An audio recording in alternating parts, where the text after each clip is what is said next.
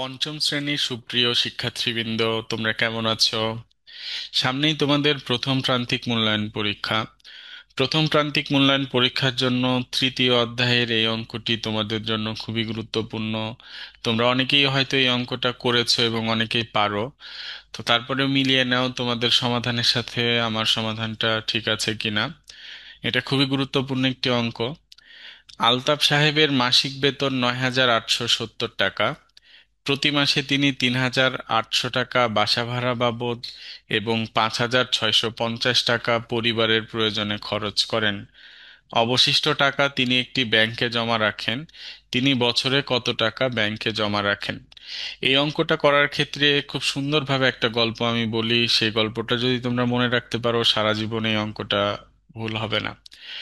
তোমার আম্মু তোমাকে প্রতিদিন স্কুলে যাওয়ার পূর্বে 10 টাকা করে দেয়। তুমি স্কুলে গিয়ে প্রত্যেক দিন 5 টাকার একটা চকলেট, 2 টাকার একটা বিস্কিট খাও। তাহলে প্রত্যেক দিন তোমার কাছে কয় টাকা জমা হবে এবং এক সপ্তাহ শেষে তোমার কাছে কয় টাকা জমা হবে? এইভাবেই এই অঙ্কটা করতে হবে। তাহলে আমরা প্রথমে বের করে নিব ওর খরচটা। প্রতি মাসেও কি কি খরচ করে। তো উনি প্রতি মাসে খরচ করে, বাসা ভাড়া দেন ৩,৮০০ টাকা এবং পরিবারের প্রয়োজনে খরচ করেন ৫,৬৫০ টাকা। তাহলে বাসা ভাড়া বাবদ খরচ করেন ৩,৮০০ টাকা, পরিবারের প্রয়োজনে খরচ করেন ৫,৬৫০ টাকা। তাহলে মোট খরচ করেন ৯,৪৫০ টাকা, যোগ করলাম। তাহলে উনি এখন মাসে বেতন পায় ৯,৮৭০ টাকা আর খরচ করেন ৯,৪৫০ টাকা। তাহলে অবশিষ্ট থাকছে কত টাকা? ৪২০ টাকা। এই অবশিষ্ট টাকাটা উনি ব্যাংকে জমা রাখেন। এখন আমাদের বের করতে হবে যে এক বছরে কত টাকা জমা রাখেন। আমরা যে জমাটা পেলাম বা যে টাকাটা অবশিষ্ট আছে সেটা প্রত্যেক মাসের, অর্থাৎ মাসিক জমা। তাহলে উনি এক মাসে জমা করেন ৪২০ টাকা।